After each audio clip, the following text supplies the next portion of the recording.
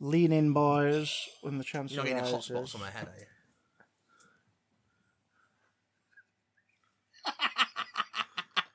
Someone clap for Sing for a scream.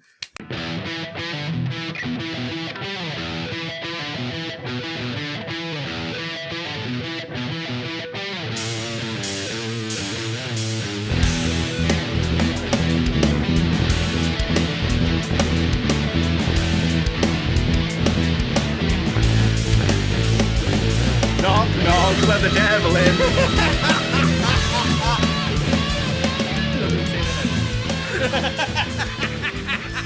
What the hell did we just spend our afternoon doing? I could have been at home with my child. Yeah, Matt, I feel for you. You actually have, like, a family.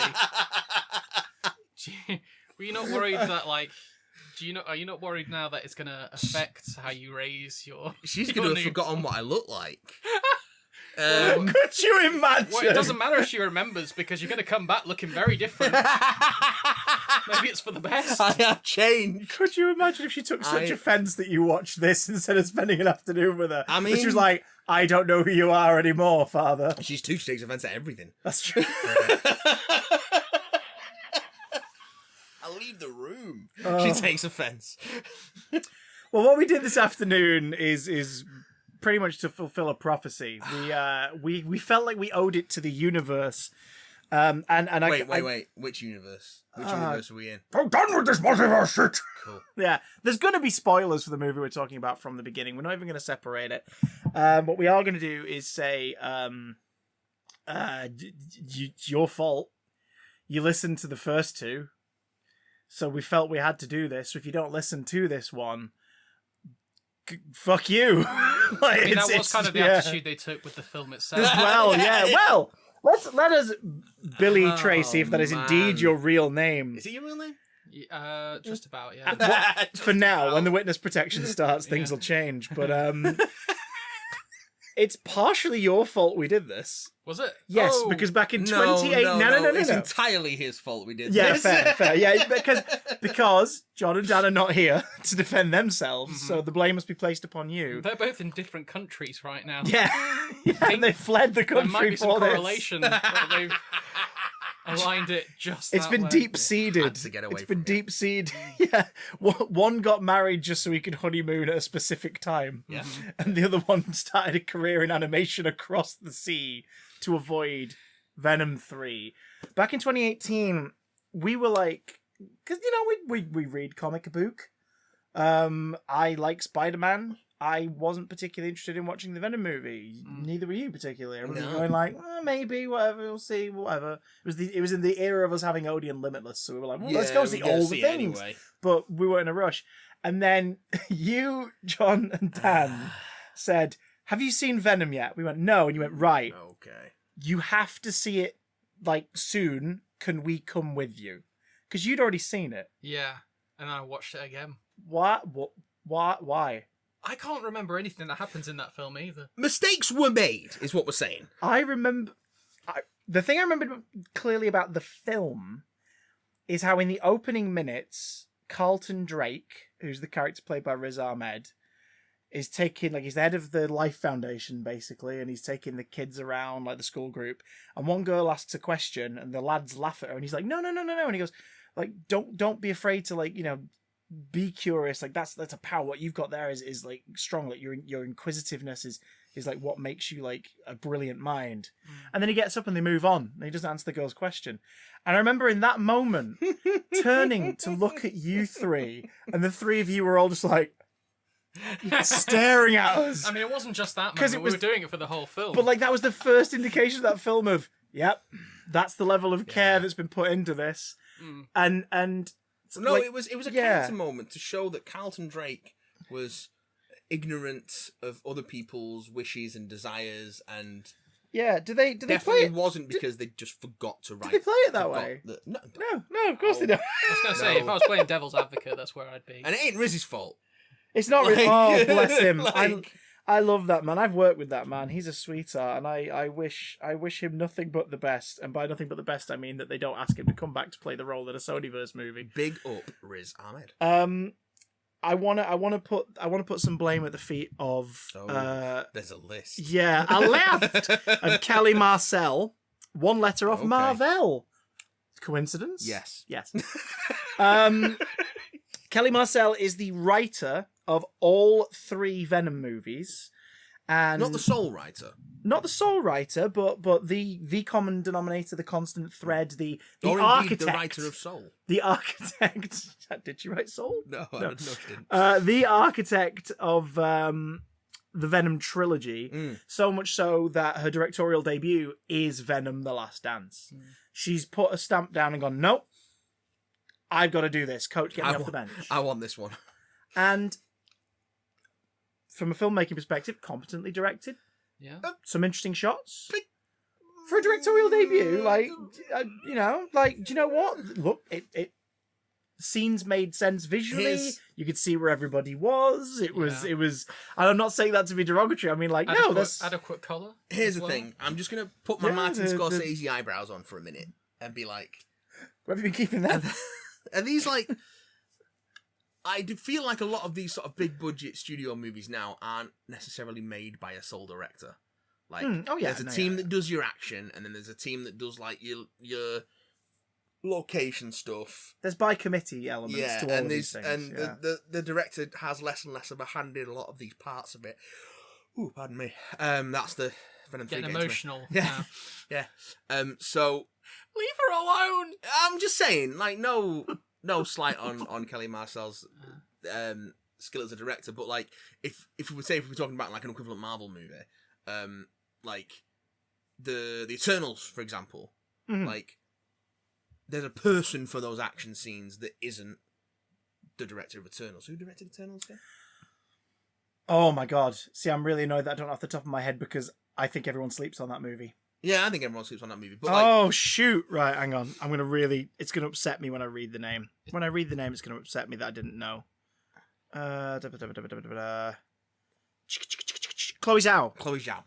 So yeah, and you had it with stuff like Ant-Man as well, with the Quantumania stuff, and like the people coming into these projects being like, oh, we're not action directors, and Marvel going, yeah, no, that's fine. We have people who do the action stuff. Fantastic Four. Matt Shackman did a great job with WandaVision, and as sort of director for the series and co-writer and everything, and is the co-writer of and director of a Fantastic Four movie.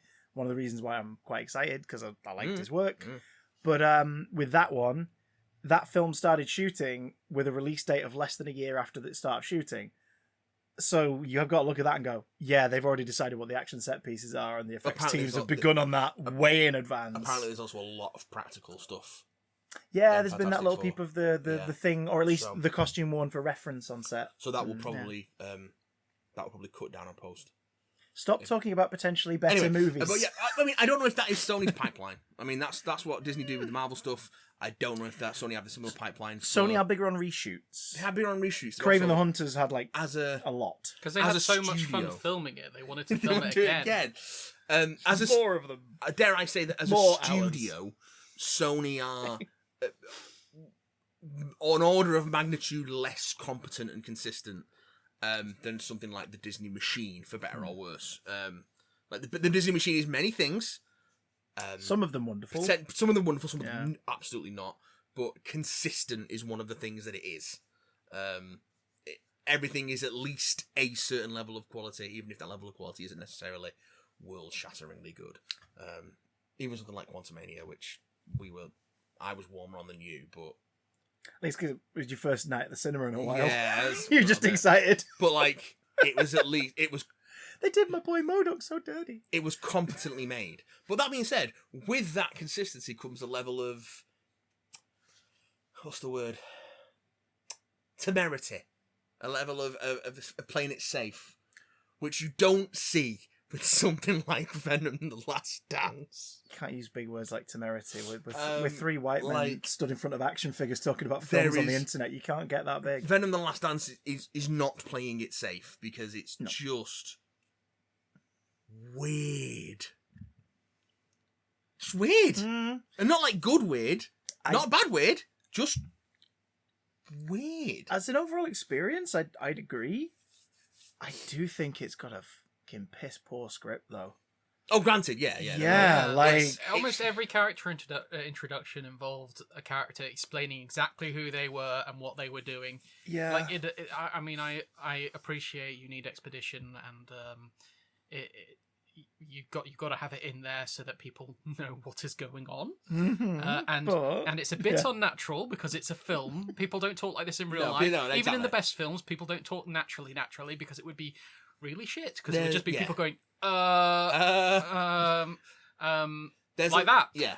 There's a level of of audience participation. Like, the audience understands that this is a dramatic conceit to make the story work. Yeah, but it took it to the extreme where obviously it pulled me out a few times of the film. Do you mean like the bit where Risa Fan's character goes, and that's Blue? He's a dog, as he indicates his dog called Blue. I think that was meant to make the family look weirder, but it just didn't land. Yeah, I mean, because later on in the film he goes like, what was his name? Is it Martin? Martin. Later in the film he goes, it's me, Martin, and my family. What? Yeah, I forgot that. Is this an audio production where you're having to sort of unnaturally describe the things around you? We're walking to the van now. I don't There was think... a lot of that, though. Maybe I'm giving it a little too much credit, but I don't think that was for the audience. I think that was a, look at this guy, isn't he kooky? Yeah. Not a, look at these characters, do you remember them? Otto Hightower was in this. Otto Hightower was in this! Keely from Ted Lasso was in this as well. And they were both American. Which they're not. They're not in real life. Is it weird that, like, Marvel adaptations seem to have a very small pool of actors, at least based on this movie?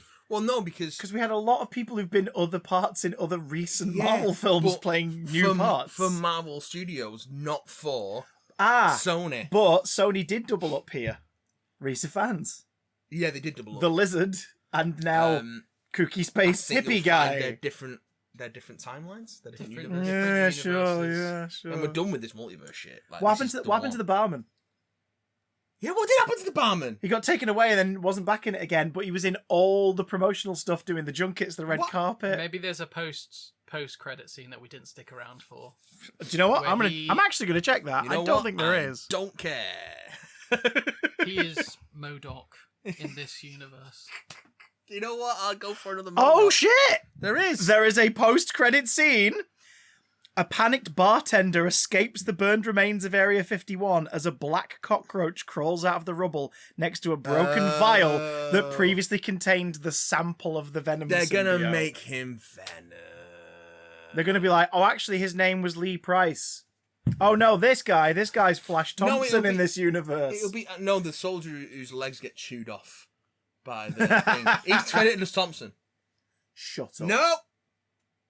Shut. I was on that trivia page as soon as we came out of that cinema, mate. Were you? Yeah. So context. You know Spider-Man's high school bully? Flash. Yeah. Flash Thompson. Not the Flash. Eugene Flash Thompson. Yeah. So Flash in the comic books, obviously timeline of comics slides to accommodate the decade you're reading in, so that Peter Parker wasn't in high school 60 years ago and all that sort of stuff.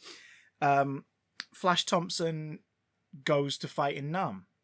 He signs up to the military, or as the years go by, in the Gulf War, in Afghanistan. Like it changes based on obviously as when you're reading. But the point is, he heroically saves a bunch of people in an incident that loses him his legs, and he comes back to New York. And by this point, there's been a lot of reconciliation with the high school group because they spent more time together after high school and everything.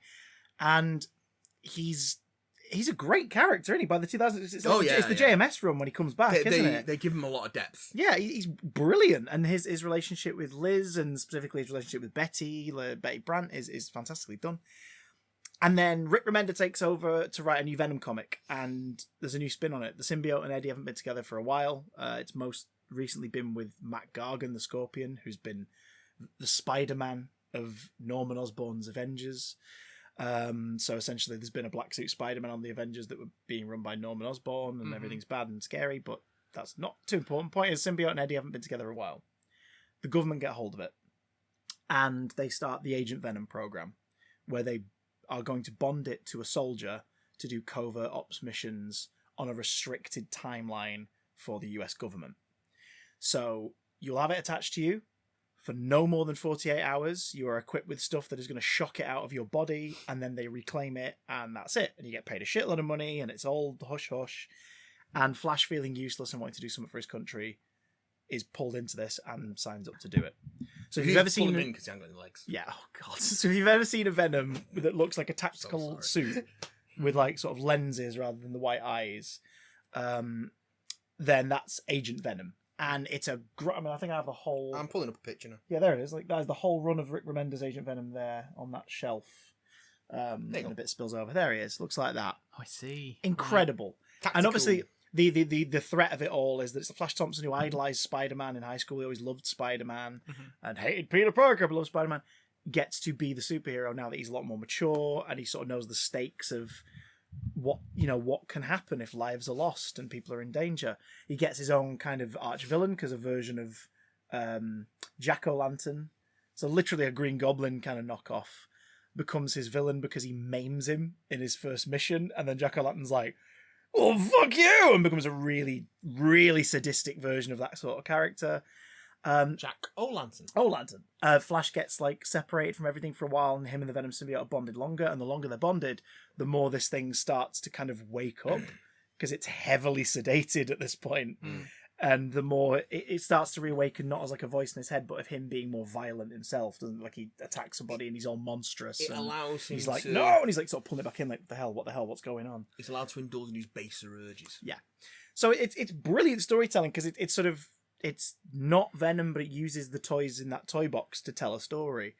What Matt is revealing here is that covert op soldier from the Area 51 site in the film whose legs get bitten off is apparently called Thompson in the credits, which is this filmmaker's very, let's face it, Avi Arad's clever way of going, maybe that's Flash Thompson and he's gonna become Venom now. I want to give him the benefit of the doubt and say it's just a little... It better be a sight nod. gag. I don't think it's disrespectful. I think they're just bored.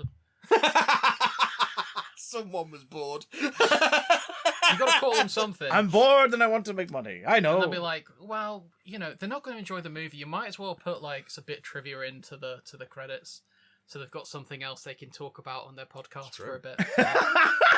Maybe. This movie was made for us after all. If anything, what just happened hopefully will lead at least one person listening to this to go, oh, check out that Rick Remender book. That sounds good. This is a movie made for white men in their 30s, so we are exactly the target audience. Bearded white men. White men. We, peek behind the curtain here, I drove you two back. Yeah. We didn't talk about the film at all. No, we talked about other things. But that was also partly because I didn't want to burn pod.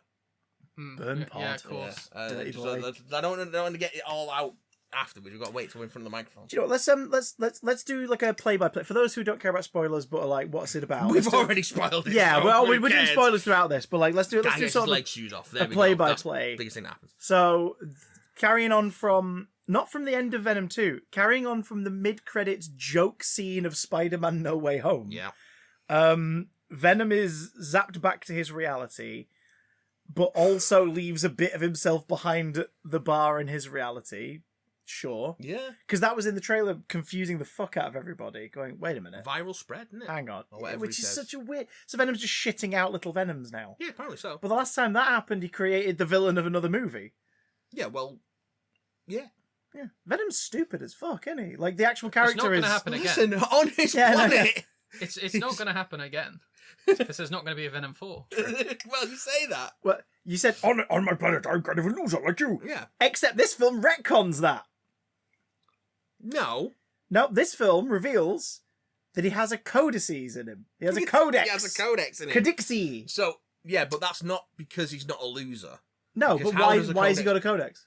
How does a codex get created? Is it when the person it's bonded to dies? Yeah. Cool, so why is he special? The xenophages could just kill any one of those fuckers and then go, oh, a codex. Pluck.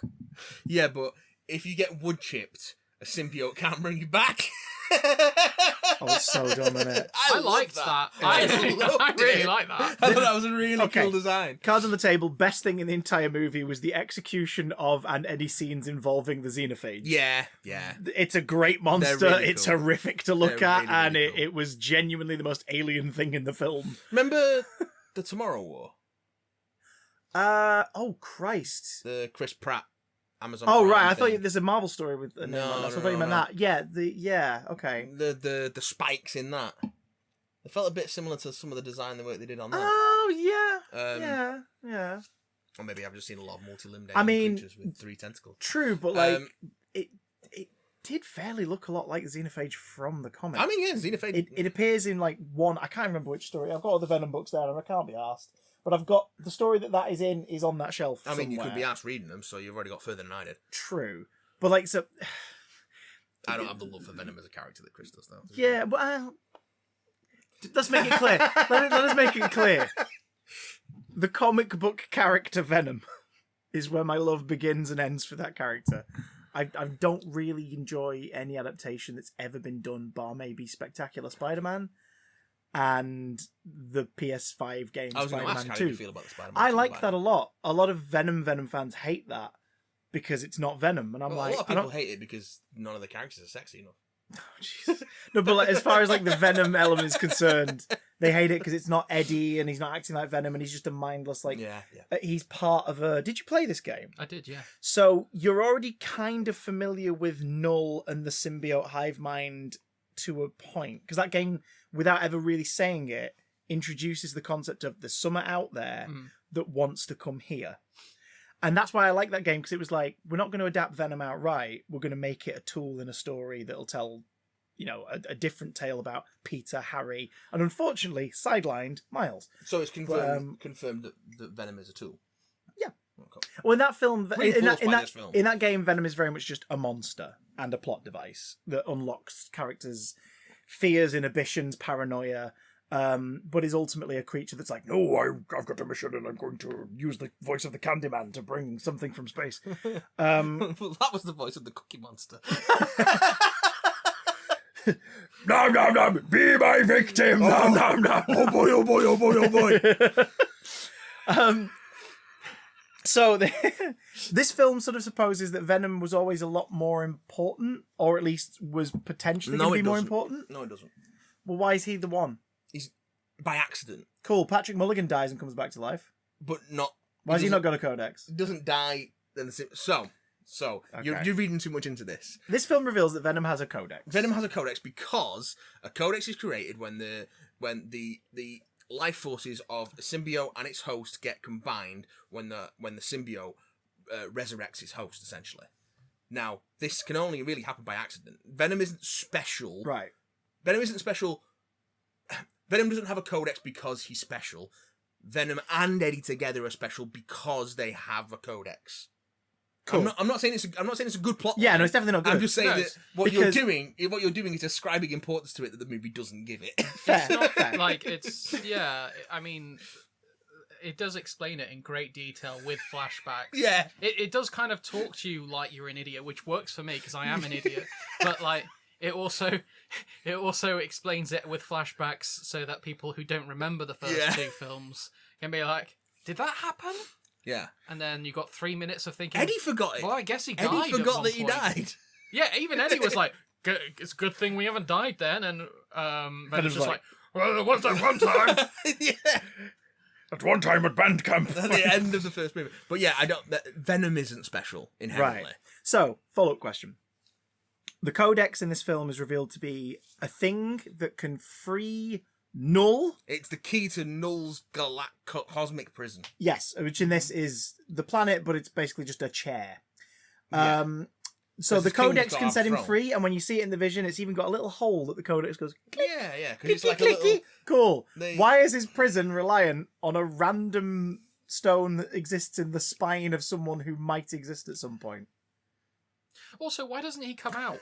Like, I mean, obviously, yeah, Venom needs to be more gay, but like in the literal sense, like why doesn't he actually like? I thought they were setting up that he was going to turn up in the third act or something. No, he can't turn up in the third act. He can't turn up until they get the codex and release him. Yeah, but I thought that was going to happen. Yeah, so did I. I thought Let's So did I. yeah. So the plot of the movie is Eddie and Venom are on the run because the events of Let There Be Carnage have implied that they're the ones who killed people in a church. If I remember correctly, the only corpses in the church are the headless Reverend and Patrick Mulligan, who's not actually dead. The massacre in the church. Yeah, and to answer your question as to why Patrick Mulligan doesn't have a codex, because his symbiote deserted him before he died. A completely unfollowed up plot line. Yeah. Doesn't matter. Doesn't matter. Did you want the film to be any longer? True. It wasn't even that long. We needed 5 minutes to explain why they're not after this specific character. No, because the thingamabob, the symbiote, like wants to. Symbiote. Don't! You'll anger the internet 6 years ago. It needs to. We've already been angered over the this. internet That was 6 5 years ago. people, Chris. One of them was you. They need to merge. They need to be together, and the thing needs to be fully out in his Venom costume. Yeah. Doesn't he? So For that, so they are constantly bonded, but it's only when he wears Venom that the Codex is visible, despite the fact Venom's always wearing him. No, Yeah. so it's because Venom needs to be fully active as opposed to dormant or semi-dormant. But they're bonded. yeah, but when like they They're apparently one thing. No, I'm not saying it makes sense. I'm At just one saying point in this film, like in Let There Be Carnage, because in that, again, they never say it in the Christopher. film, but in that, Cletus and his symbiote become one immediately. That's why they like grow, extend, can put things through them, because they're not a dude in a suit. I'm not saying that you're that this isn't This is illogical. X-Men movie continuity all But over what again. I am saying is that you're trying to make this more logical than the movie is. Yeah. It does make it does. Well, no, the difference What the between movie say doesn't like do is break its own rules. What's really stupid? Here's something else. There's Here's stupid something else. rules, but it Here's- doesn't break them. Here's something else that's stupid. Apart from the fact that I actually look like I'm so much more lower down than you two, and it's too late in this to change that. It's too late to apologize. That could have been there in there at the end, couldn't it? It could have been. I'm sorry, it's too late. Too late. What was I gonna say? You know what's really stupid? Venom: The Last Stand. It's a long list. When it turns up, the thing turns up, and Venom xenophage. is Venom, and Venom like goes, oh no, and shit. hides away, and then the monster is immediately like, where did they go? When they're like standing right in front of it. No, because it's seizing grey dust. Yeah, but like you know where it's just been. They were just there, and it can still see them. No, granted. Now- But the creature is exactly as stupid as the plot demands. Is it though? Because for some reason, Yes. they understand the words and commands of a dude trapped in a chair who can do jack shit to them. And they also follow them, like, to Area 51. Area 51's in this film. Area 51. Not only is Area 51 in this film, Area 51 gets blown up with only 3 days left till retirement. 2 days left to retirement. 2 days left till 1 retirement. day left to retirement. And Keeley from Ted Lasso's in it, and she had a twin, and they got struck by lightning, and he And died. you know that they were twins because they say, my twin brother. My twin brother, you're going to space. It's your dream to be a spaceman. And then later on, she's in the car driving along. It's a picture of her twin brother as a kid, obviously, because he's not alive anymore. I'm surprised I didn't say that. But like, she said, like, this should be you.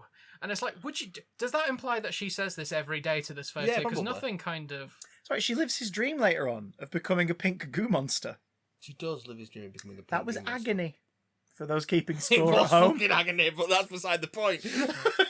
That was agony. There was also because we get a smorgasbord of symbiotes at the end for no particular yes. reason other than why not. Symbiote fodder. It's just like the ending to Shazam. Just like that. No, it's more. It's more like the ending to Shazam: Fury of the Gods. Never saw it. I've never seen it. Loved the first one, and it's why I didn't watch the second one. The second one, fucking sucks. But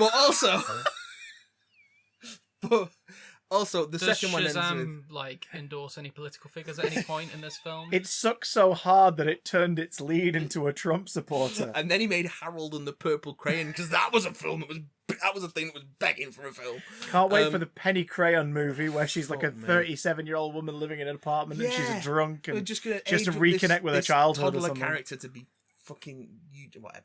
Anyway, Can draw anything she so- likes. so Just not a boyfriend. So Shazam Fury of the Gods, basically what happens is the magical realm starts to encroach on reality, so all these magical creatures are running around. And it's just like endless magical creatures, and they have to lasso all the magical creatures up so they can go and fight the other gods. So it's like a bunch of like the depowered kids riding around unicorns and stuff. So yeah, that's more like Okay. what this is. Okay. Cause it's Right. Yeah. I mean, it was also weird that like they killed Jim. They did kill Jim. They killed Jim. And Jim was also a day from retirement. Yeah. No. He wasn't going to want Jim! another job after that. I mean, look at the guy was like middle aged, wasn't in great shape. He was not going to get another job. Do you remember? After they shut her Area 51? Do you remember how Jim the security guard had one line and it was so indecipherable from the delivery Couldn't that say we what he also said. looked at each other and went like, "What?" What did he say? I thought that was just because my ears were broken. No. It was unintelligible. Yeah, and I then thought- later on he gets stabbed and it's a dramatic plot point. See, I've got like quite bad tinnitus, so I just assume that I mishear things. But he genuinely did just go, "Oh no." He did. Just, It's like, all right, Jim. so you know when you were saying that He came from the movies Chib- he shouldn't came have from the realistic Chibnall- dialogue. He came from the Chibnall school of Movies had realistic dialogue. security guard characters. Chibnall security guards. It introduced him to kill him off. Yeah, well, What? I But- can't but- wait to get back to my husband because I'm a gay character. that's not unique to Chibnall. I'm just going to point that out. Security guards are often introduced in movies just to be killed. Yeah, but are they repeatedly done by the same writer over the course of a showrunner's history? No, that's not because he's got a thing against security guards. That's just because He's got a lack thing of against- imagination. That's because he came from the Eric Saywood school of I have to make this sadistic It's like, listen, somehow. I've got a list of things that I always do when I'm writing a script. Not because I have to do them, but because I don't know what else to do. I don't know how else to write a script. We are like half an hour in and we just brought up Doctor Who unprompted. Everyone just think about what you've done for a moment. I love your grandkids. I can't wait. It's my last day today, and I can't wait to rejoin all of you. Oh no, it's Tim Shaw. And then he does his thing with the teeth and electric, and dies. There's no teeth in this, but there is electric. Oh, there is teeth. They just don't get used very Oh, often. yeah. Well, there are a lot of teeth. He doesn't. Oh shit! That is the toothy one! That is the toothy one. It's Can we, Tim go Shaw! back to, can we go back to not talking about Venom 3? Because I was Okay, actually sure. really enjoying that. Sure. Have you, anyone from like Manchester, if you go to the Odeon, like the Greater Manchester Odeon, it's a surreal experience. I turned up a bit early and I felt like I'd fallen into a liminal space. I walked through. It's a massive empty room. It's shuttered off on one side so you can't get to it. You have to go around the building after purchasing your movie tickets. And it was actually a little bit terrifying. Like the only kind of pieces of entertainment I had down there was like a poster for a film that Ray Fiennes is in, and then a poster for Paddington 3 that the Queen is in, potentially unconfirmed, and that was it. Also, on the subject of Paddington 3, can we just talk about the injustice that is they're doing that movie without Sally Hawkins? She chose not to come back. It doesn't matter. If she chose not to come back, none of the family should be in it. Paul King also isn't She directing just it. The money had to go to the Queen. listen. I'm going to say this, not speaking of the dead, but fuck the Queen. She filmed a cameo on Cameo and they had to pay for it. A That Paddington was the without budget. Sally Hawkins is not a Paddington. That has to be like their stepmom. It cannot be the same Please, character. please. I've seen Mummy 2 with the Dragon Emperor, and that shit doesn't work. Yeah, that one didn't work there. You can't Absolutely recast didn't Sally work there. Hawkins because she's fucking Sally Hawkins. In the same way that you can't recast Rachel Weisz because she's fucking Rachel Weisz. Several of the things you just said would make great tattoos. I saw Mummy 2 with the Dragon Emperor and it doesn't work. Just get that in like Aramaic. There's several things about it that don't work. should have done what but Venom trying to 3 replace did. Rachel Weisz and pass it off as the same character is one of the worst bits of it that doesn't work. They should have done what Venom 3 did and just ignored the love interest entirely. I would Where was rather- Anne? Annie was nowhere. She wasn't even mentioned. Listen, in the Anna flashbacks. is happy with Dan. In the flashbacks to all the good times we had, she's never even seen, That's- despite being his ex-wife and a key character in the first two movies. Were they even married? I think she's just his ex-girlfriend. Fucking no, I'm mixing it with the comics because the comics are interesting.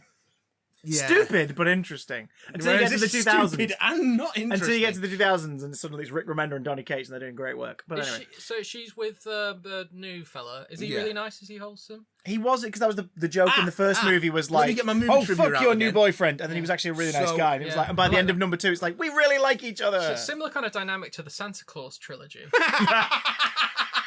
Because the guy that she marries, like initially you think he's going to be an arse, but like he's actually really wholesome. Well, no, he might be an ass. Especially Santa Santa Claus. Claus 3. He might be an ass because, you know, several times in this movie, then the military leader guy who's played by Chiwetel Ejiofor Yeah, playing Rex wasted. Strickland. Wasted. Playing a great character from a great storyline from the comics who here is just a name check. Yeah, just stop wasting Chiwetel Ejiofor. Same with the Imperium thing. So, Yeah. I'm doing the phone thing. He's on the phone. He's on the phone to his mysterious boss, who you only see in darkness a couple of scenes.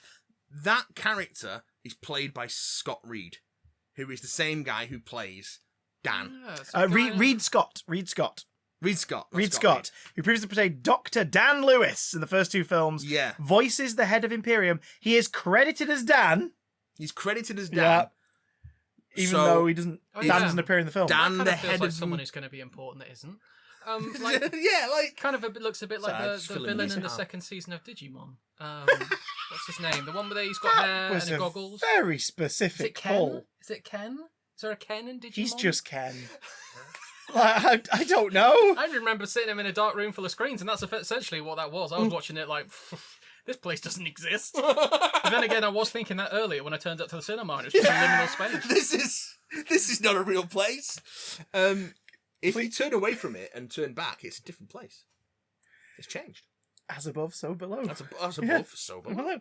And then we got lost in the car park afterwards. Oh, fuck, we did. Find the car park. It was a liminal space because we went all the way down a staircase and it was just a dead end. Yeah. It was a staircase that said it was the staircase to and from the car park. But it went to nowhere. Yeah. At one point we were in the lift full of people and Matt got flirted with. Yeah. It happens. The guy in charge of the buttons loved your t-shirt and wanted a piece. He just did, but I can't.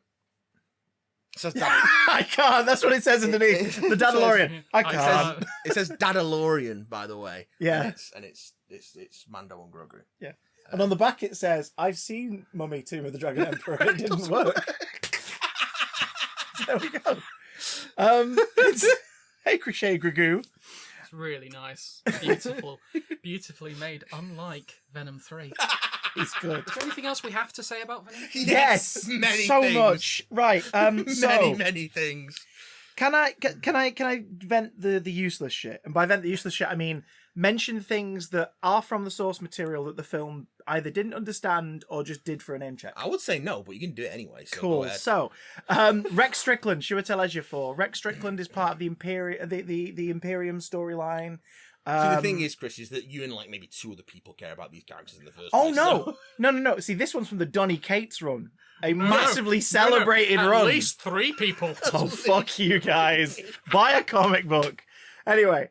I like comic books, just not these ones. Oh, God. No, now, Donny Cates, Ryan Stegman, Venom is a cracking run. And again, if anyone's like, has Venom ever been good? Pick up Donny Cates, Ryan Stegman, stay still. Nope. Be still, your fuzzy peach head. Nope. Ryan Stegman, Donny Cates' run on Venom is very, very good. It's a story of fathers and sons. It is a story of essentially like what we leave behind and whether or not there are things we should like let die. Chris, can you just pass me that PlayStation controller? No. I need to press X to down. No. The first story ties into Eddie, because Eddie and the symbiote together again, discovering a military program that existed years prior that utilized symbiotes that he didn't know existed, the Venom symbiote didn't know existed, and Rex Strickland is like the last guy standing from that period. And he's like, they're doing stuff with this again, we need to get it stopped. It involves the original story of Grendel and Beowulf. Oh, more characters no one cares about. No, but like the mythology. Oh, Grendel. Right. And Grendel Grendel's mum. Grendel and Beowulf. Do you I don't know why I'm saying do you remember, because like are we gonna talk about the motion capture the Beowulf movie by No, we're talking about fucking Beowulf. Movie? I'm talking about the books, mate. The epic poem. I'm talking about the poem that was passed down by generations. Only you and 3 other people care about Grendel. Yeah. Those other 2 people are both dead. And you killed them. Grendel dies, and then like the next villain isn't the next villain like Grendel's mum? It's great. Yeah, right. Well, so maybe you'll enjoy the Donny Cates, Ryan Stegman run of Venom, because it is all about that. Why don't I just read Beowulf? Okay, so we learn that Beowulf in the mythology is actually Thor and young Thor, and that Grendel was the first symbiote to arrive on Earth, which was a big fuck-off dragon from outer space. Rex Strickland is an interesting character, and the storyline it comes from is really, really cool. In this movie, they just went, military man. Who's a military man who was in a Venom comic? Do that. Give him that name. That's it, I guess. There's quite a lot of that in this, like Teddy Payne and Toxin is back. Patrick Mulligan, Stephen Graham from the second film, but he's not Toxin.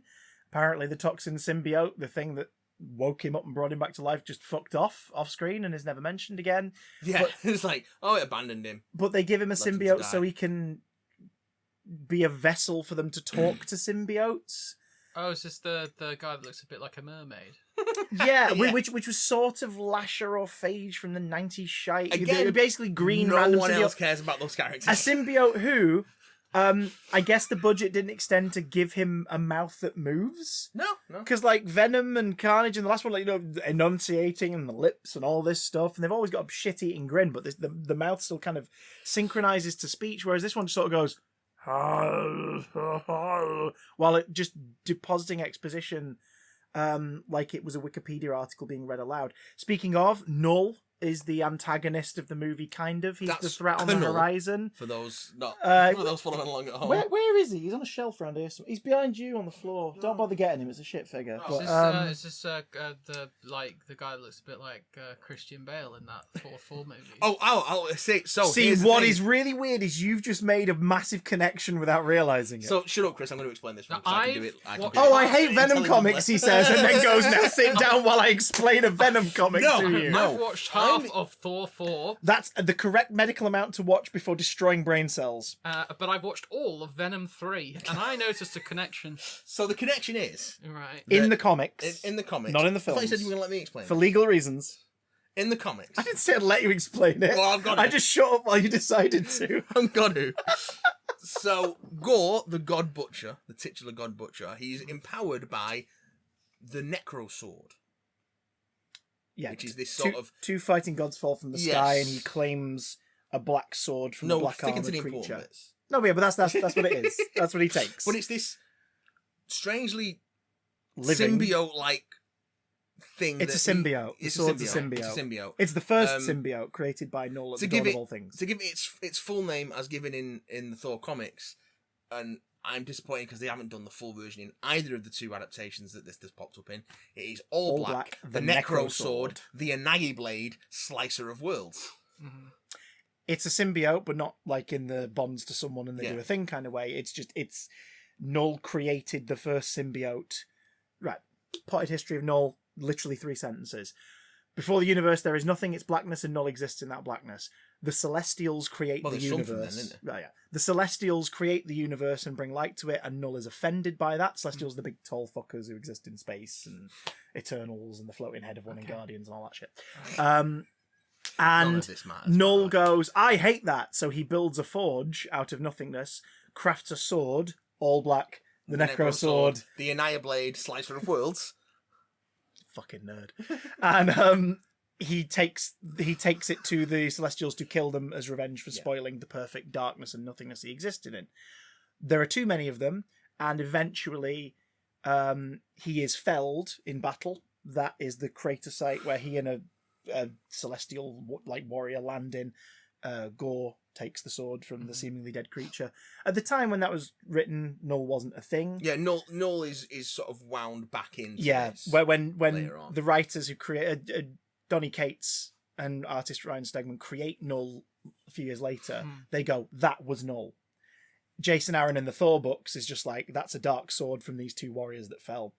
And there's never a hint that it's symbiote in the Thor books. It's No, just but visually it very does similar exhibit looking some because it's tendrils tentacly and- yeah. amorphous and it's sort of bonded to Gore. It's like he Yeah. and it are one thing. and moist. So it retroactively is revealed to be like, no, actually, that sword is a symbiote. It's the first symbiote. That was Null. After Null wakes up from that defeat, he's like, oh, fuck my sword. Piss and shit. So he goes and makes more of these creatures. And the more he makes, the more they become a hive mind. They grow stronger. They can all think together. And they all go, the dude who made us is a fucking prick. He's like bad news. We should stop him. I don't think we can kill him because we're not allowed to. Like, there's something in us that says we can't. But Oh, it's the directive for the OCP put there. fucking hell. So we're gonna imprison him, and the word that they'd been used to the word that had been used to describe them was the Clintar, and that becomes the planet of the symbiotes, the Clintar. But it's not a planet of symbiotes; it's just a rock in space, and buried deep within it is Null, imprisoned. Clintar means prison. That's what he is. Mm-hmm. It's an interesting. I hesitate to use the word because it's been spoiled by brand managers over the last 20 years, but it's the interesting epic kind of sort of story of, it's this primordial thing out in space, trapped in a planet, and Null is introduced in the Venom story with Rex, the idea that there is something broadcasting to Earth saying, I'm coming, I'm coming, I'm coming. Filthy bastard. Do you remember the marketing campaign for Yes. King in Black? Splash pages in comics that literally just read, Null is coming, in white letters on a black background with gooey textures. They did the same thing with when Michael Bendis went to DC. Bendis is coming, which itself is a callback to when Kirby went over to DC. Kirby is coming. And filth. But yeah, Null is teased in that story. He is built up to, in the prologue story, an event called Absolute Carnage, where Carnage suddenly is like, I have to collect codices. This is the story that introduces it. Everyone who's ever had a symbiote attached to them, so not resurrected, just ever they've been attached to a symbiote, ever, there's like basically a backup file in the base of their spine. So it's like, if ever the symbiote latches onto them again, it's like, plug myself back in, here we go. That's a codex. A back door by their back door. Yeah. Carnage, who at this point is neither living nor dead and is not just like that dude running around going, I'm a serial killer, is suddenly like, I was born for a purpose and I am going to bring about the end times and I am the vessel for our God. And he starts going around murdering or desecrating the corpses of people who've ever worn a symbiote to take the codices from them. The more he gets, the stronger the signal gets. The stronger the signal on Earth, the more power through the hive mind Null has to escape. Now, the symbiotes who make up the planet don't hate Null. They're imprisoning him, but as soon as he gets powerful enough, they're just his weapons again. And they don't want that. Yeah. Whereas the ones on Earth are separated enough that they're like, they've had lives and done stuff and bonded to other people and had other experiences. So they're like, fuck no. Like, the moment this guy gets out, he's going to kill everything as revenge for his imprisonment. I've got money invested in this startup. I can't afford Exactly. for this world to be destroyed. This is all well and good, but why not do what the movie did in the first 10 seconds before... What's the... Can you remember the opening sentence of the movie? First 10 to 20 seconds before some of the logos come up. Hi, I'm Null. I am Null. I'm and Null. You're probably wondering how I ended up in this position. Exactly that.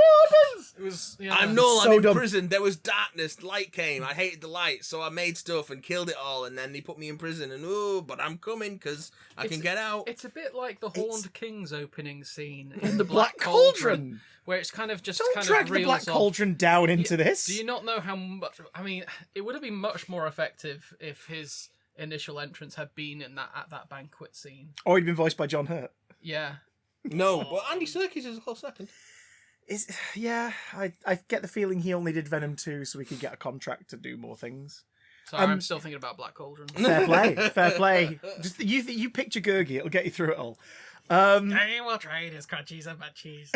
I watched that yesterday. It was really good. Wants chocolate and tater tots. So We got chocolate, we didn't get any tater tots. yeah. So Disappointed. the end game of it all is Carnage is The end game's defeated. different, Yeah, Carnage is defeated, but the mission is completed. And this is the stuff that the Spider-Man 2 game touches on, the spiral, the idea of a hive creating a signal to something out there in space. He succeeds. Carnage dies, but he has won. And then the big crossover event, The King in Black, starts. And that's when Null is like, I'm out, bitches. I'm going to Earth first to make a point, and then I'm going to wipe everything else out. And he is a crossover level threat, isn't he? Like, the Avengers, everyone's involved. Fantastic Four, X-Men. People are getting their asses handed to him left, right, and centre. The thing that ends up defeating him is to do with Eddie and his relationship with his son Dylan, because it's the father-son story. Because it's Donny Cates' book, of course, it's about father-son dynamic, and that's what it's mostly about. But at the end, Eddie, reborn as part of the Hive, crafts Mjolnir and the Silver Surfer's board into an axe and destroys Null. And the love of his son saves the day, blah, blah, blah. It was love. It was love. The whole There you go, time. you It was have love, to- Craig. That's what stopped you being turned into a Cyberman. But this movie doesn't need love. we have hyperacid. Yeah, it's got acid. It's really big acid. I love that. I love that because it had the It's really big acid. Oh, that's on there well. They That's on had there these too. massive container like water towers that say on them "big acid." Chekhov's it wasn't acid It containers. was like hyper acid, and like a guy has his truck melted, and Well, they're using it to dissolve the equipment Area 51. yeah, for Area So 51. they're not, dissolve the equipment that they're not blowing up. Because some of it they're blowing up and some of it they're dissolving. But then there is also a secret base under. Yeah. Area 55. Which presumably the hyperacid doesn't penetrate through to. Yeah. And you know it's important because the camera does that thing where it lingers on the tanks that say hyperacid long enough for you to read and understand that it says hyperacid before it moves on to the next shot. I didn't think So it you know was it's to really say, important. make it like important for later. I just thought Oh that's no, that really was weird. That was how you set up a Chekhov's gun 101. Like that is it. Chekhov's hyperacid. I wouldn't put Chekhov's it- Strickland cleared acid bath. Yeah. I don't want to like accuse this movie of something it's not doing, but like it feels like something the movie would do. Like someone going like, I really want a scene where there's like this big acid thing. I just want a big It doesn't acid melt scene. this car. It's wacky, you know. But I mean, weirdly And wacky. not even a wouldn't have practical surprised effect. me. Like, it's not even like they were going, we're going to do it on set on the day and it'll look really cool. We're going to melt a car. If It's you were like, gonna to make a car out of polystyrene and dump some acetone on it as like a big that would be It's like a big fuck you to polystyrene. Yeah. Take that, Fuck you, polystyrene. big polystyrene.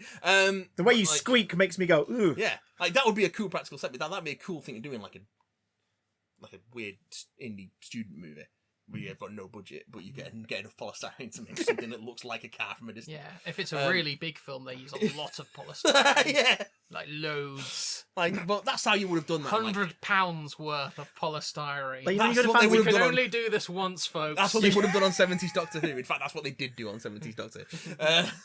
which you can see on iPlayer at the moment. Quick, watch them all. You They're can watch vanishing. 70s Doctor Who by watching the latest Doctor Who, because they just stop the plot to watch it, don't they? Not to go back into that whole thing. But Matt, Chris, and Billy, 3 Doctor Who fans, reluctantly talk about Doctor Who. I feel like I'm the person who likes modern Doctor Who the most in this room.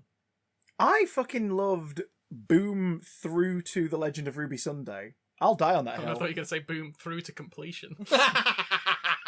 Null is coming. I love that stretch of episodes. I like Space passionately. I enjoyed Space Babies. That's about it. Anyway, Yeah. back to Venom 3. Must we? Must we go tropical Are we ready to talk about how it ends? Yes. with our please. collective deaths? Well, Please. let's lead in with Tom Hardy. Let's talk Tom Hardy. Oh, Tom, you can rest now, sweet prince. You look so Look, tired. you clearly have other interests. You want to barefoot hike through Mexico. You want to wear gis and work out and go to different taekwondo dojos and like make friends with people. Go do that. Hang out with your dog, Tom. Just go do it. It's He doesn't cool. want to stop looking sweaty, though. Oh, he really doesn't want to stop looking sweaty. The man, he just looks exhausted. Bless him. And just to have a rest, Tom. Like he's having fun with this role. Is he? He definitely is. Or is But- he just but it's a more- really good actor? But it's more obvious No, in no, the he is having fun first with 2 it. movies that he's having fun.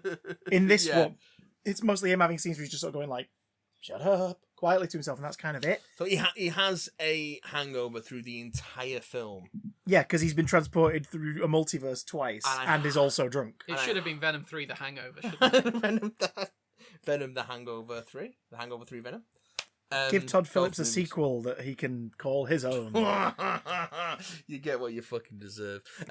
Y'all saw a sequel by the guy who did the sequels to The Hangover and thought you were going to get a good film?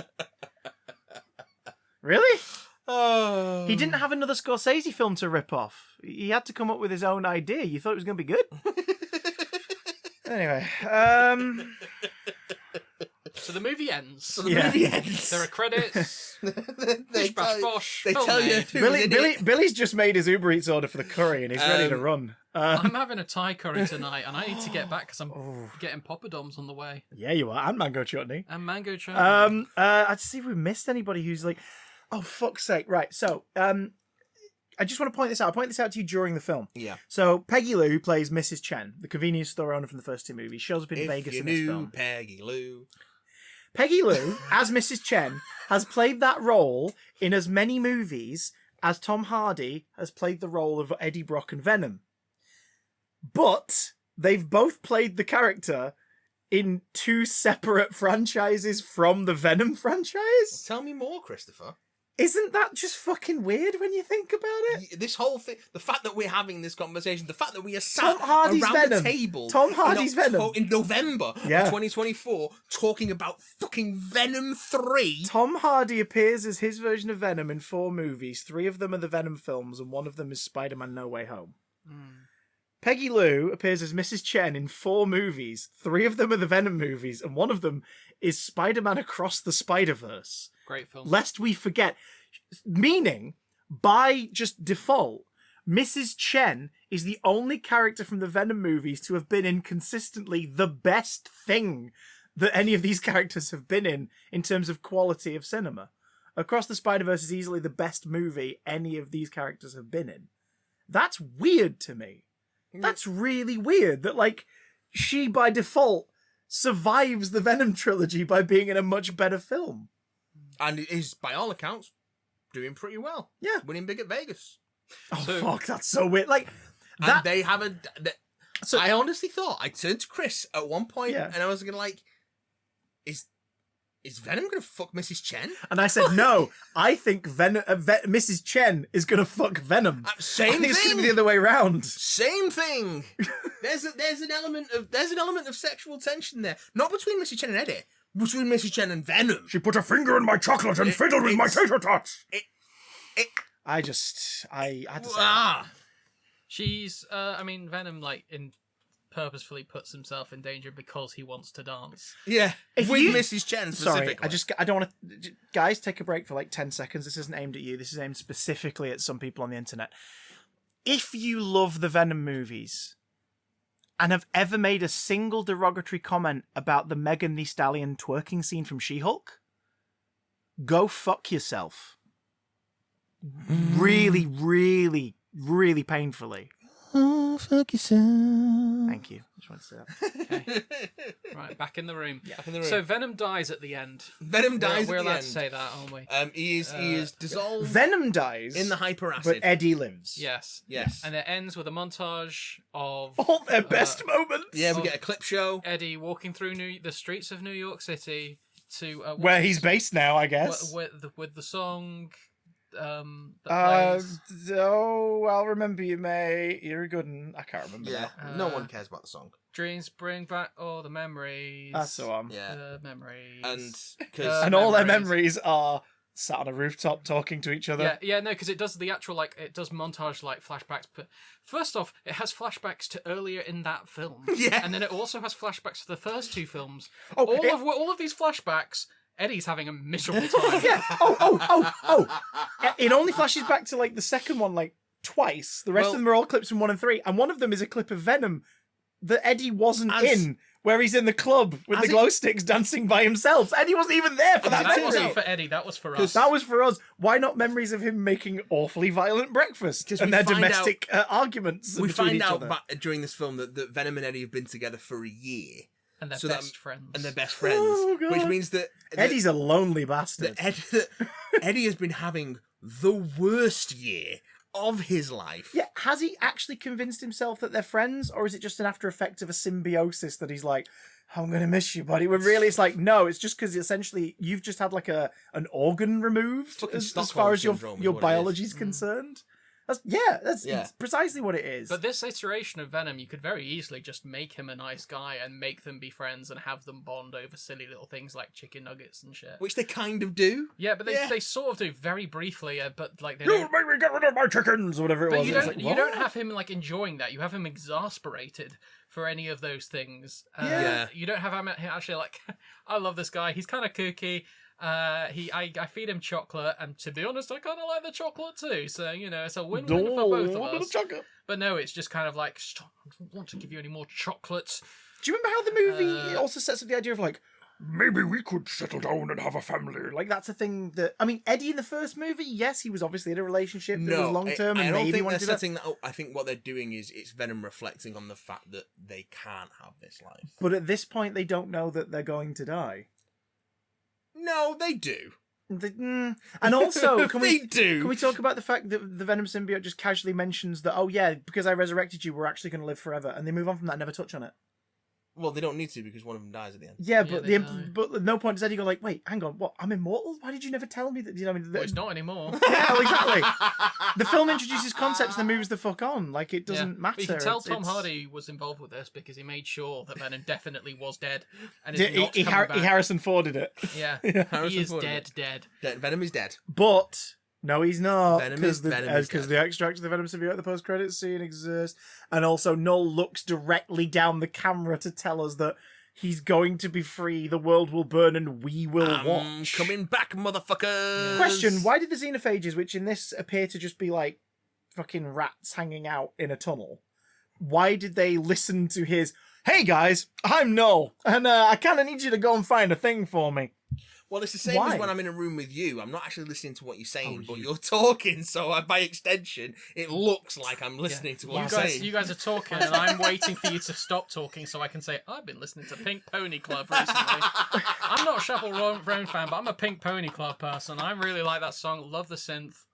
Wait, so And then I just hope that it was some way related to what you were just saying. Oh, look what you've done. You're a pink pony girl. Wait a second. And you dance in the club. So if our relationship is like Noel and the xenophages, then I could just randomly say to you, go and get me a pizza. And you'd be like, I guess I've got to go and get him a pizza now. Like, I've got to go get him a pizza for reasons. Like, it's just, but also, like, based on the size of the xenophages and Noel, is he fucking huge? Yeah, probably, because I thought, like, at first, in the first scene, it feels like they're little dogs. Like little demogorgons from Yeah. Stranger Things. That's another property that exists that isn't Venom 3. But I can put it in the But then keywords now. when it turns up, it's big. It's big. Not like Stranger Things. Can we? They're small. Where children look like they're in their 30s because they are Demogorgon. now. Small. Can we? Xenophage. Very far away. Can we? No. Shall we? Shall we list things we actually liked about Venom: The Last Dance? Whether it's the film wanted you to think this was cool or not, what stuff did you enjoy? I liked the dog fighting, killing the gang member scene. It was stupid and fun in a way I think they wanted it to be. Like the way that Venom, we actually saw Venom and Eddie sort of being an anti-hero and them using their powers in an interesting visual way to take out some bad guys with heavy arms. Because they're going to be the lethal protector. Well, that was the second film's thing, wasn't it? This is just a shit name. It is a shit Sorry. name, but it was It's the a name. shit But it was name. the name of a mini-series in the late 80s, early 90s, and Avi Arad loves that When period it was still a shit sold name. because Venom sold lunchboxes, so he wants to make Venom Lethal movies. Protector has never been a good name. No, it's never been a good. Of course, it's never been a good name. It's never been a good name. But Jay McElhinney gets to write miniseries now using that name, so Listen, let him write them. Chris, you know? things I like about this. Him taking his croc off and throwing it to knock somebody out was legitimately hilarious. No, knock somebody out, knock somebody over. Knock somebody over with his croc. Knock somebody over with his croc. His quest for shoes. Venom. tragic. Venom being like Eddie being annoyed that Venom doesn't fly, and then the next time we see them, they're clinging to the side of a plane. Is dumb, but Eddie being like, "My mouth is so dry," was genuinely a funny this line. entire film is just thunderously stupid. Sometimes knowingly. Yeah, Sometimes- often Sometimes knowingly. I'd knowingly. they were just like, yeah, we're not going to get to do another one of these, so let's just be fucking weird. Hence, horse venom. Horse Venom's still great visual. Horse venom? Yeah. The trailer gives you all you need for that, so don't bother. Yeah, There's a bit where he turns into a Venom frog. Which Yeah. I liked. Venom frog's There's a quite bit good. where, okay, this is the one thing I liked. This is the bit that I liked when he turned into a fish and then ate another fish and became a bigger fish and then spurted out that previous fish. You Very good. audibly yelled with joy when that happened. That was very funny. Just went, ah! There are actually some intentionally good laughs in this. I think I both liked and hated that the sort of credit sequence, the visual credit sequence that you get before the proper credits, is all over like venomized versions of animals that we'd never see in the main film. Which made me just go, could this not have been a smaller scale movie where at one point there's a set piece in a zoo? Yeah. Because that would have Venom in been a zoo. really cool. That'd be great. Well, we'll save that for Venom 4, which we're all producing. Venom, welcome to the jungle. No. I love this song! So I mean, the Rockman, Dwayne the Rock, Dwayne the Rock Rockman. Is it Can we talk about the fact that 2 of the trailers were red one? Were red one. I can't say it. I've seen Were red one. I've seen One. all I need to see of Red One now. I'm probably gonna watch it. Oh no. I'll probably enjoy it more than Venom: The Last Dance. I mean, there's a lot of things I Well, enjoy. you can look. The Last Dance. You can look forward to the surprise Christmas edition of Milk Two Sugars later this year. Then, Two where Billy is Sugars? going to be reviewing Red One, whilst John is asleep on the other end of the Skype call. Time zones are a bitch. So Billy, I've been animating all night. Do we have to do this? Yes, John. Sadie Christmas. Is that her actual character's name? Sadie Christmas. Yeah. Oh, for fuck's sake! Oh Sadie my Christmas. God, I'm pulling this up. Who has a Christmas pin? Oh, Clark Backer was playing Sadie Christmas. Yeah. I'm so sorry. Who becomes a symbiote? Yeah. Oh, she's Lasher apparently. Yeah, of course she's Lashes. She's Lashes. So So that means that that Patrick Mulligan was Oh Phage. God, no one cares who all these symbiotes are, Chris. Matt, you Literally started no this one by saying cares. Sadie Christmas. We were so close to finishing. I know, but I talking had about to shout Venom out Sadie 3. Christmas. I did quite like the sort of. That's a sentence you Alright, just I Right. did said. quite like the symbiote army at the end, where it's just loads of symbiotes. It's a cool popping visual. off. It is a cool Um, visual. It's their way of going, hey, just because we killed Carnage off, we don't have to not have It's their symbiotes with flaily It's their way of going, hey, we're not going to get another one of these, so let's just do everything we wanted to do in the first place. Jim being a portly symbiote with Hulk hands was yeah. fun. And Jim. I'm glad that they did all this instead of doing like 8 more Venom movies. Because where like the villain's a symbiote. each one of those would have been like a Venom movie villain. Do you know that's one thing that sets this apart from the Sony Spider-Man, not Spider-Man film universe movies. The villain of this one wasn't just the hero in a different colour again. Because Venom, No, the villain no. was Riot, so it was just another Venom. Venom 2, the villain was Carnage, was just another Venom. This one was a big fucking like tentacled spider lizard thing that was actually impressive as a visual effect and for set pieces. I thought the villain in 2 was Yeah. The friends we made was- along the way. was Woody Harrelson's hairpiece. No, that was the villain in the post-credit scene of Oh, one. that was yeah. pretty bad, yeah. Because I have not, like, again, I love these characters in the comics. I love Spider-Man comics, but I will never watch Morbius. I will never watch Madam Web. I will never watch Kraven the Oh, Hunter. Madam Web is. You've put yourself through the 2 that are currently out as of this Madam recording. Web is. Wow. Morbius is a villain in the comics. He's a vampire. Who's the villain in the Morbius movie? Is it another vampire? Matt Yeah, Smith another is vampire. being sexy. No, Have very sexy. but it's just another Morbius. Oh yeah. Cool. Madam Web, you can't really just do another blind woman who sees the future in a chair, but that movie doesn't do that, does it? No, you do Seeing evil man Spider-Man. who can That- see yeah, the that, past. yeah, that movie has Spider-Woman incarnations in it. Yeah. So who's the villain and Evil Spider-Man? Evil Spider-Man. Right, well, there you go. It's bastardized Ezekiel Sims. And the women in it are only the empowered Spider Women in Vision that you get about 10 minutes of peppered throughout the movie. So they never actually have their powers in the film proper. You know the rom-com that Sydney Sweeney was in earlier this year that was really lauded and celebrated? Anyone but you? Yeah. The one with Glenn Powell. Yeah. She hinted in an interview recently that she only did Madam Web so Sony would fund that movie because she really wanted to make that movie. I believe Old school Hollywood, washed up Hollywood. Sydney Sweeney is canny enough to know that she's going to have to do something she doesn't want to do to get the things she wants to do done. And one of them was Madam Web. Yeah. And Kraven the Hunter, even though the trailers are sort of going, look, the Rhino, the villain appears to be his dad, who is a gangster that was basically Kraven the Hunter's senior. And earlier press stuff for Kraven the Hunter movie revealed that the other villain, I can't remember the name of the character now, but it's basically another Kraven. Chris, look at that. It's a picture of my cat.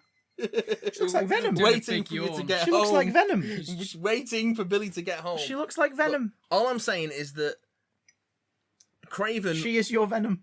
Kraven is threatening to look like it might actually be halfway enjoyable, No, it isn't. which is No, it more than. I mean, Venom 3 Right, last word on You've Venom seen 3. the one cool bit in Craven. You've seen him in the trailer, the Red Band Listen, trailer, kill a listen. man with a bear trap on a chain. You've Listen. seen it.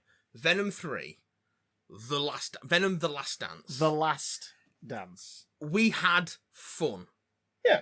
But none of the fun we had was intentional on the part of the filmmakers. Oh, God, no.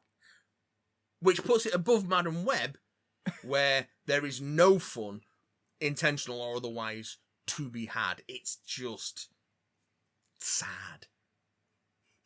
It's just tragic. Where does it rate against Morbius? Morbius, there's fun to be had in Morbius, but It wasn't in the film, it was in the culture that built up around it. well, when the problem with The best thing about Morbius was when everyone convinced it to go back to the cinemas and it bombed again. It made like Venom- $8,000 in Yeah. its in America in its opening, the great thing, reopening. So the thing about Venom: The weekend. Last Dance is that for all its faults, Amazing. and its faults are almost constant, it doesn't take itself massively seriously. Whereas Morbius, it's got fucking Jared Leto in it, so of course it takes itself, or he takes himself, way too seriously. So that Wait, kind Jared of Leto takes himself too seriously. oh boy, does he take Seems himself too Like seriously? a pretty chill guy. He's very chill, very grounded. Doesn't seem like a cult leader at all. No, in my absolutely opinion. not trying to present himself as Jesus. Follow-up question. How long before Avi Arad and Pascal Pictures reboot Venom in some form? Oh, we'll get an announcement. next They're week. doing it right now. They're I put fucking money writing on there it being now. conversations in the office, like, because in my mind there's just one office at Sony. One office. It's one office. Avi Arad sitting across from the other one. Hey, Pascal. Wearing the others. all of his beanies at the same time. Yeah, Yeah. just stack of beanies. Yeah. And he's like, these lunch boxes aren't going to sell themselves. I don't know how he talks, so. Like, but at what point? He do you, sounds like a Bond villain, is the best way to describe it. Okay. How many Like of hard these? hard to determine sort of middle European accent. Like he's twirling a How- little beard. How many of Hates these? Kevin Feige because Kevin Feige was his apprentice and has gone on to prove to be a more competent executive producer and studio runner. How many of these have to fail Oh, it's so weird. before they go? You know what? Yeah, I don't think we got. I don't think we can make this They, work. they will make a Sinister Six movie. They will make one, even if it doesn't contain Spider-Man or any of the villains that they've had prior to these solo movies. They'll make it, and then they'll go, "Ah, maybe this was a bad idea." Then they'll make it, and then think it's a bad idea, and then they'll go, It's not "We should like stop." any of these, apart from the Venom films, have been successes. Do you know what's really weird? They could have just had their own Spider-Man as a through line for these films. Yeah, but they didn't trust that Spider-Man would be a big enough deal that people would take it. No, but like They didn't really have enough confidence. It's in- because they made two bad Spider-Man films and went, "Oh, people don't like Spider-Man." It's like, no, people don't like your Spider-Man films. But they could have just done it. The first Venom could have hinted that there is a Spider-Man in New York. I thought that's why he was going to New York at the end of this film. I thought there was going to be a. That is absolutely why he's going to New York at the end of this film. But No, it's 'cause he by wanted to see himself, Lady there's Liberty. no Venom. Oh. Yeah, I know, but they're I mean, this film is like surprisingly very pro-immigration. they're making him go to New York Like, it was because then they made a he's point in of New that York, so massively. they can do it later. Oh fuck, you're right. Yeah, they're making him go. They're doing the Lane Eddie's Limity in thing. New York, so Eddie's in and, New York. and the bit of the symbiote still exists somewhere. So He'll this is find him. yeah. So this is them going like, okay, we're gonna do it. Tom, we said we might. Here's the check. Do you agree? No, Oh, you I'm want too an busy extra doing zero on it? Actual Spider-Man 4. Because that's happening. But will Tom Hardy be in that?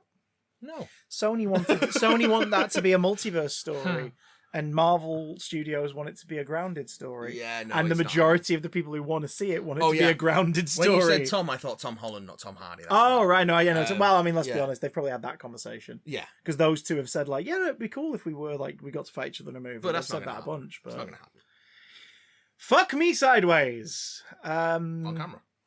If you had to rate Venom: The Last Dance out of Venom: The Last Dances, how many dances would you dance? It's at least one overlong dance sequence out of Venom: The Last Dance. I'd give it a dance, A dance, yeah. but no higher than that. No higher than a Billy? dance. No more than a A dance. da from me. A da. Yeah. Da Da. da. Da da Da da. da da. Da da da da. Da da. Oh, fuck. If you enjoyed Venom 3... I. He's not even glad that you've enjoyed Venom 3. He's like, Chris's policy is usually more power to you, but in this situation, no, absolutely not. Your psychiatrist is calling to My make sure you're psychiatrist okay. is calling. Am I allowed to round this off? I'm sorry. For If you want to round it, do you know what? Please round this off. I think it's fitting, considering you got us into this nightmare. Please round. That you this should off. have the final say. Okay, I'm developing a live-action fantasy series called Afar.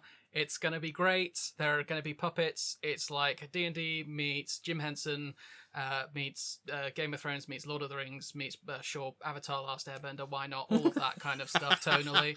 It's gonna be great. I'm in it. Dan Sherritt's in it. If you know who he is, he's playing a petulant wizard, and I'm playing a broken knight. So please follow all of the relevant channels for that. It's Afar series, all one word, on Twitter, Facebook. Not X, Blue Sky, YouTube, and there's a website that'll link you to it. afarseries.co.uk. Venom doesn't feature. Yet. It's gonna be good. I'm